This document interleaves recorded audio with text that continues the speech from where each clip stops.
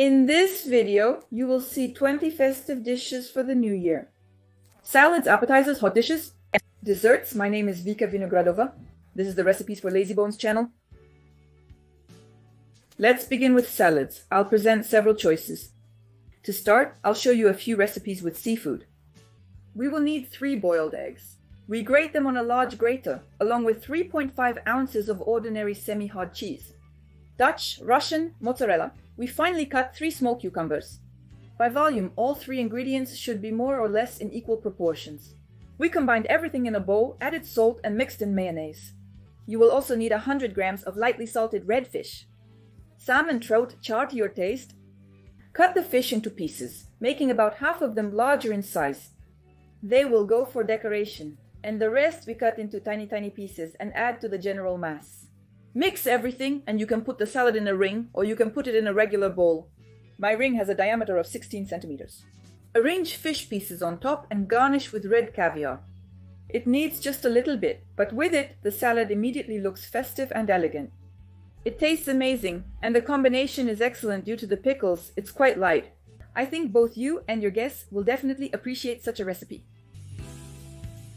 You will need 2 small boiled potatoes. We cut them up and send them to the blender. We slice 1 boiled carrot. We defrost 250 grams of calamari.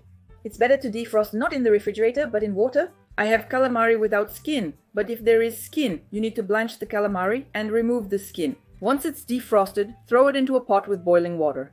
Boil it for 2-3 minutes. You don't need to boil it any longer, because in this case, the calamari will become rubbery. Boil for a few minutes without salting, then transfer to cold water and cut into cubes. Or if you want, you can use ready-made canned calamari. We salt it, but we don't need too much salt because the next ingredient will be a pickled cucumber. A couple of pickles are enough for a large bowl of salad. We add a small can of green peas and fill it with mayonnaise. Stir the salad and it's ready. This amount serves 5 to 6 people. It's suitable for both a festive table and a weekday. We cut the pickles into slices. We divide 100 grams of roasted nuts into smaller pieces. We cut 100 grams of boiled shrimp. Leave 1 for decoration. Grate 2 boiled eggs. Mix in mayonnaise. Mix everything and lay it out in a ring. Decorate with greens and shrimp.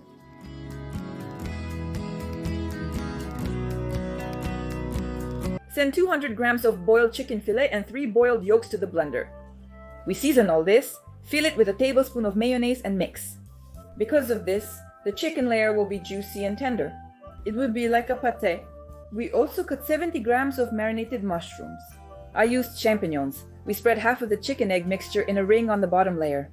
My ring is small, 10 centimeters in diameter. Thanks to this, the salad will be tall and beautiful. Next is a layer of mushrooms. We lay out all the mushrooms at once. We spread it with a mayonnaise net. Top with 50 grams of grated cheese. And a second layer of chicken mass. If the ring, like mine, is not high, it can be raised to fit all the layers. Or you can pre-lay acetate tape along the inner perimeter of the ring, which will be significantly higher, and then also lay out the layers. For the top layer, sprinkle grated proteins and add a generous amount of greens.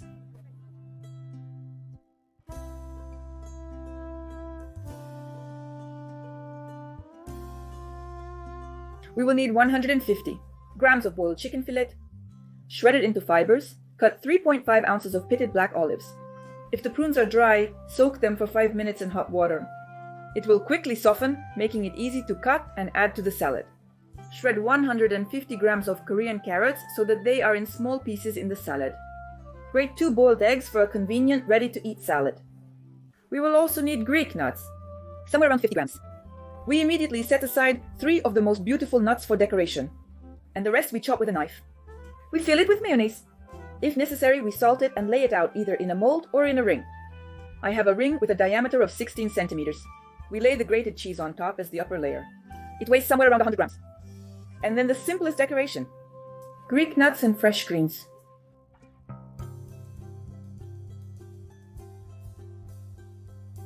For those who want lighter salads, vegetable ones, I will show you several options that can be prepared with roasted vegetables, so that it is also suitable for a festive table. Cut 7 ounces of pumpkin into cubes. It's better to make the cubes small. Season with salt, pepper, and add dried basil, or any other dried herbs to taste. Drizzle with vegetable oil. Spread the spices and send to the oven for 20 minutes until the pumpkin becomes soft. In the meantime, we cut 70 grams of cheese. Use a mature cheese like Parmesan and 3.5 ounces of dried tomatoes. Cut them into small pieces for best results. For the dressing, mix a tablespoon of vegetable oil, a teaspoon of lemon juice, a teaspoon of honey, and a teaspoon of balsamic vinegar. Stir so that the oil mixes evenly with the other ingredients. We lay out the salad greens on a plate. I took a handful of arugula and drizzled it with dressing to give it a juicy green taste. And on top, we lay out the prepared ingredients. The pumpkin will pair excellently with the sweet and sour, tangy, sun-dried tomatoes. And the salty cheese will add flavor. But, by the way, instead of Parmesan, you can take a soft cheese. It will be very sophisticated. Sprinkle with pumpkin seeds. And it's ready. We will need 1 eggplant. We cut it in half and make incisions in the pulp like this. A grid. We cut through. We need to do this part way so the spices better penetrate the eggplant. So we've cut it like this, sprinkled it with salt, pepper, and smeared it with vegetable oil. Bake in the oven at 180 degrees for 20 minutes. Meanwhile, we're slicing the tomatoes. Cherry tomatoes can add sweetness. You can take any large tomatoes. We're chopping fresh greens. In principle, both parsley and green onions will do. But with dill, it's the tastiest of all. So it's better to take dill specifically. Salt the tomatoes and squeeze out a couple garlic cloves. We get our eggplants. Look how rumpled they get after steaming. We need to cut the soft part out of them. These ingredients will go into the salad. In principle, you can, of course, also put the skin into the salad. But when it's just the soft part, the eggplants become more tender. We fill it with either natural yogurt, sour cream, or mayonnaise.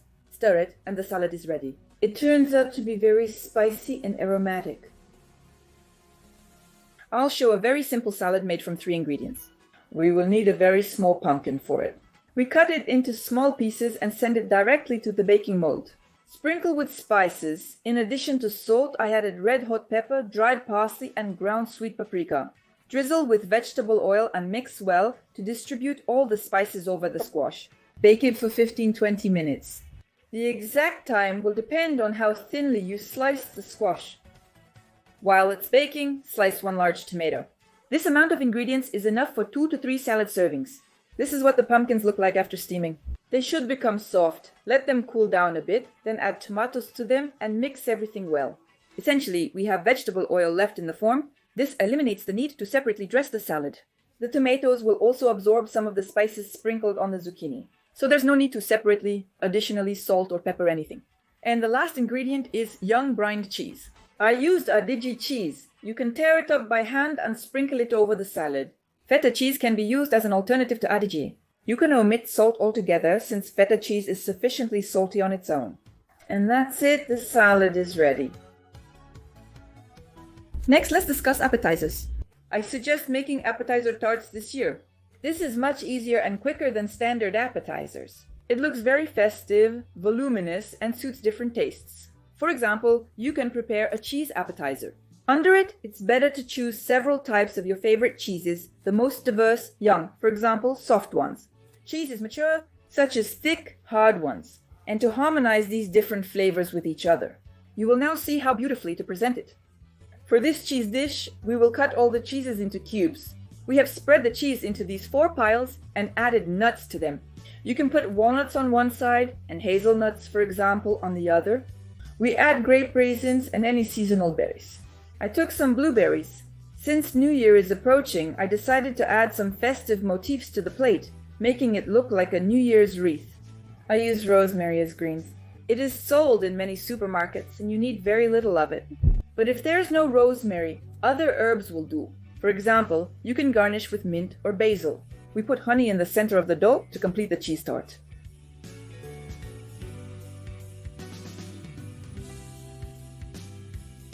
We lay out sausage slices on the tart, folding each little circle in half and arranging them in a spiral. First one layer, then another one on top, and so on. I just chose the slices to my taste. I have here pork neck, raw smoked beef. I rolled it into rolls, prosciutto, salchichon, and lox.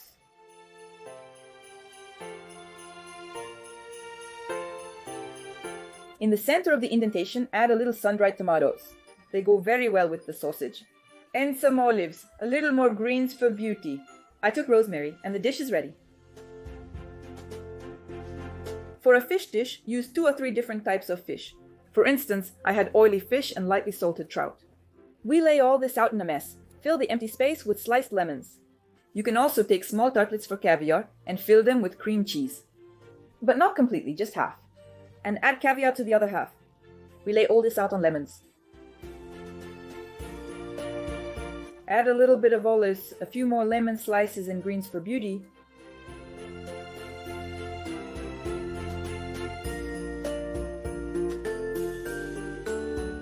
The snacks are floating gently. We smoothly transition to hot dishes. For example, I sincerely recommend you to prepare. It's quite budget friendly, but at the same time, it's a very festive New Year's dish. Chicken with Brussels sprout sauce. Grate the zest of 1 apple and squeeze out the juice. Add a couple of tablespoons of honey, a couple of tablespoons of vegetable oil, half a tablespoon of balsamic vinegar. Replace it with apple cider vinegar. A little black pepper, a couple of garlic cloves, and grind 75 grams of parsley. If there is no pestle, you can grind everything in a blender. It will also turn out beautifully.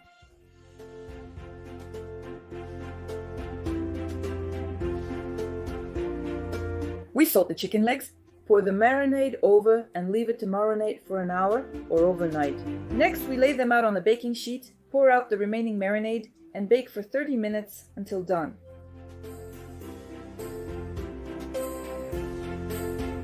In the dish in which we will serve the chicken, we lay out apple slices, put the chicken on top, add a few cranberries and sprigs, rosemary.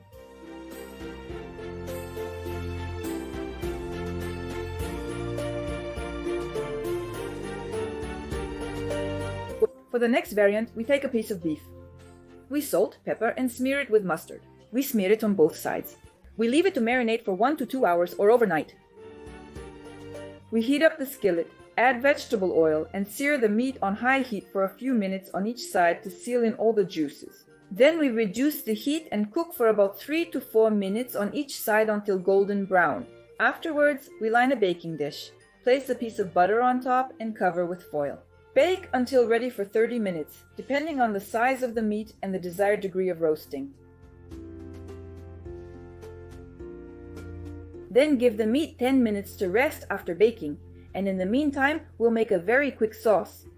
Gently chop the mint leaves, slice the green onion. In a bowl, mix the sour cream and greens. Squeeze out the garlic clove, salt and pepper it. Such a sauce goes great with meat. The beef turns out incredibly juicy and tender, and in combination with the sauce, it's simply divine. We lay out the meat on a bed of greens, add the sauce, and the festive dish is ready.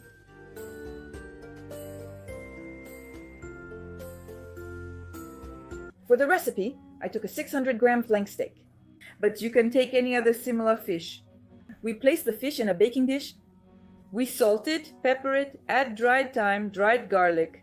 We coat the fish with vegetable oil, then flip it over. Between the fish, we place about 52.1 ounces of halved cherry tomatoes. We season the tomatoes with salt and pepper. Oregano or marjoram can be used instead of thyme, as they also complement fish well. A bit of dried garlic and a touch of vegetable oil. And all this is sent to the oven for about 20 minutes until the fish is ready. The exact time will depend on the size of the steaks. If the pieces are small, 15 minutes is enough.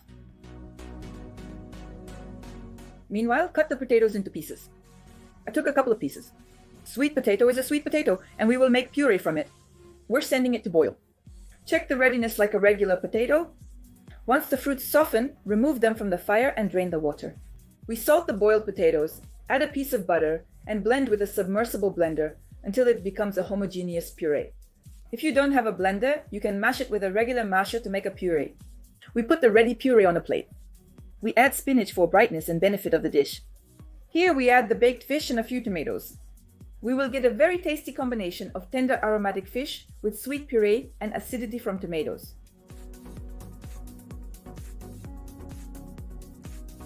It also often happens that we have our own favorite recipes for hot dishes. But we always want to diversify them, for example, through garnishes. And for such a case, I will show you several options of very tasty garnishes that will be suitable for the New Year's table.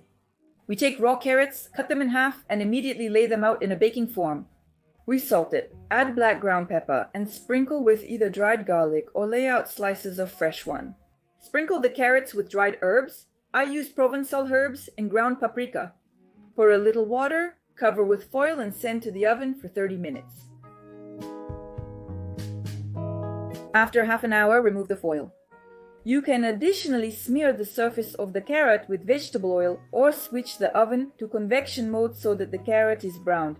Keep the carrot in the oven for 10-15 more minutes. Once softened, we remove and serve it on the table. The carrot turns out to be very fragrant, tender. Such a great tasty garnish. Boil a pot of water, and when the water boils, we salt it and throw in the cabbage. I have 400 grams here. Boil for 8 minutes. While it's boiling, we prepare the remaining ingredients. We break 2 eggs into a bowl, add a little milk, as for an omelette, salt it and mix it. We also grate 50 grams of the most ordinary semi-hard cheese. Or you can take a brie cheese, like adige or feta. It will also be a good tasty combination. Once the cabbage has cooled down, we rinse it under cold water and break it into florets, laying out a form for baking. If desired, you can add a little dried or fresh garlic for flavor. We also add sun-dried tomatoes here. If they are too large, you can cut them into smaller pieces for easier eating later. I used about 70 grams of tomatoes. That's about half of a standard small can of tomatoes. We pour in the egg mixture, sprinkle cheese on top, and send it to the oven for 20 minutes. And that's it. Admire the resulting beauty. Our dish is ready. It's so aromatic. The colorful cabbage pairs very well with sun-dried tomatoes. This is divine. Such a casserole can be prepared for both everyday and festive meals. Be sure to bookmark this recipe. I'm sure you'll like it. We cut the onion into half rings and send it to the pan to fry immediately. While the onion is browning, we cut the carrot into straws. We add it to the onion and fry for about 4 to 5 minutes over medium heat. Simultaneously, slice the eggplant. Once you've halved the eggplant, thinly slice it and fry it in a pan. We continue to cook for another 5 minutes, and at the same time, we slice the pepper into thin strips. The pepper cooks fast, so a couple of minutes suffices. After 2 minutes, we salt all of this. We add a little red pepper for a slight spiciness, dried or fresh garlic, about a teaspoon of sugar, and somewhere around a tablespoon of teriyaki sauce. We stirred it, let it simmer for literally a couple of minutes so that the vegetables could absorb the flavors and aromas. And it can be served at the table. And now it's time for desserts. For example, you can make a very tasty, very simple, and also budget-friendly cherry tart. We take the puff pastry and leave it to thaw for 30 minutes. Bake at 180 degrees for 20 minutes. While the crusts bake, prepare the filling. I took 300 grams of pitted frozen cherries. It needs to be heated in a saucepan over medium heat, and add 1 tablespoon of starch to 300 grams of berries. I took cornstarch. Because of it, the liquid that usually comes out of the cherries will thicken. Let the cherries simmer for just 5 minutes. No need to cook them for long. When the liquid is almost gone, take it off the heat. When the cherries are done, the remaining liquid will completely thicken. And we're also making a cream. It's the simplest one. Take 10.5 ounces of 20% fat sour cream and add 0.7 ounces of boiled condensed milk. We whip it so that the cream becomes homogeneous. We take the cakes out of the oven. They will rise so well the dough will become fluffy. We divide each sheet into 2 to 3 parts. Ultimately, I baked 3 sheets of dough, each weighing around 8.8 ounces. You can take only 2 sheets of puff pastry, then our cake will be slightly lower. But overall, nothing scary, 2 sheets are also quite suitable. We will peel the top of the cake like this. This crumb will go for sprinkling. And now all that's left is to assemble the cake. We spread cream on the cakes, stacking 2 to 3 at a time and spreading cream between each layer. The middle of the cake will most likely sag for you. In this case, we just take a sheet of dough, tear it into pieces, and lay it in the center to level the cake. Then we have a layer of berries. Spread half of the cherries over the entire surface and sprinkle with grated chocolate. I took the most ordinary milk chocolate bar. I used 70 grams from the bar for the entire cake. And then we lay out the crust again, smear it with cream, another crust. So we put 2 or 3 crusts, we lay the second half of the berries. Again, we sprinkle them with chocolate. On top, 2 or 3 more crusts. We nicely spread the cream on top and sides.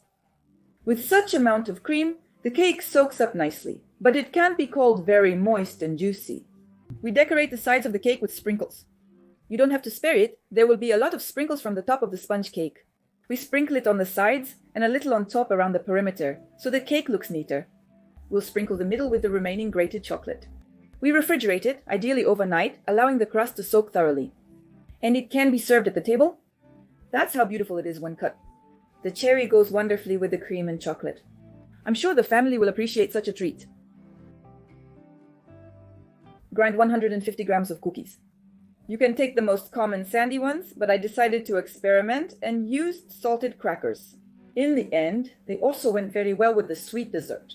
Add 80 grams of melted butter and mix well. This will be our first layer of dessert. For the second layer, dissolve gelatin in a little hot water. I only took a teaspoon, but it's better to take a whole packet of 10 grams. The gelatinous part will then be thicker and set faster. For the filling, mix 20 grams of cottage cheese and 20 grams of yogurt or sour cream. They will give a light acidity and a creamy taste to our dessert. Add 150 grams of chocolate paste. I have chocolate paste mixed with club. This doesn't play a special role. You can take just chocolate paste. Or you can simply melt 150 grams of chocolate bar, replacing the paste with it. Add the leftover gelatin here. And mix everything well until it's homogeneous. In a springform pan, we lay out a layer of cookies at the bottom and tamp it down thoroughly. For the second layer, we pour in our jelly. We put it in the refrigerator until the gelatin is fully set. The ring is very easy to remove, and the gelatin base is not damaged, it remains accurate. For decoration, drizzle caramel topping on top and add a strawberry. The dessert turns out to be very delicate, not cloying, with a dense layer of baking and a light top. It must be refrigerated to maintain the gelatin's shape.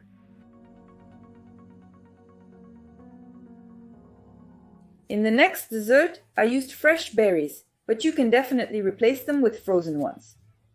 You can also use canned fruits like peaches. It will also be very delicious.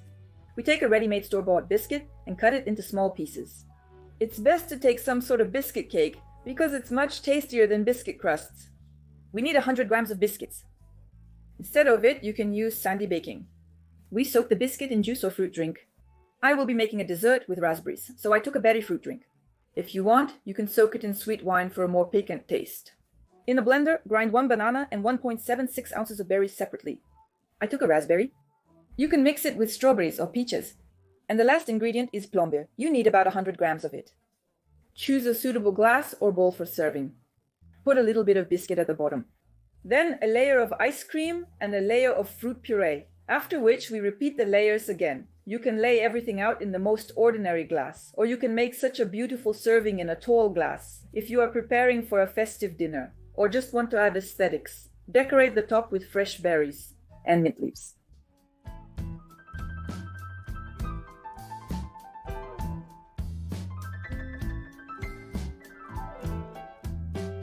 That's how the recipes turned out. I hope you enjoyed them. If so, please give this video a thumbs up. That's all from me. Have a great New Year's mood. Bye!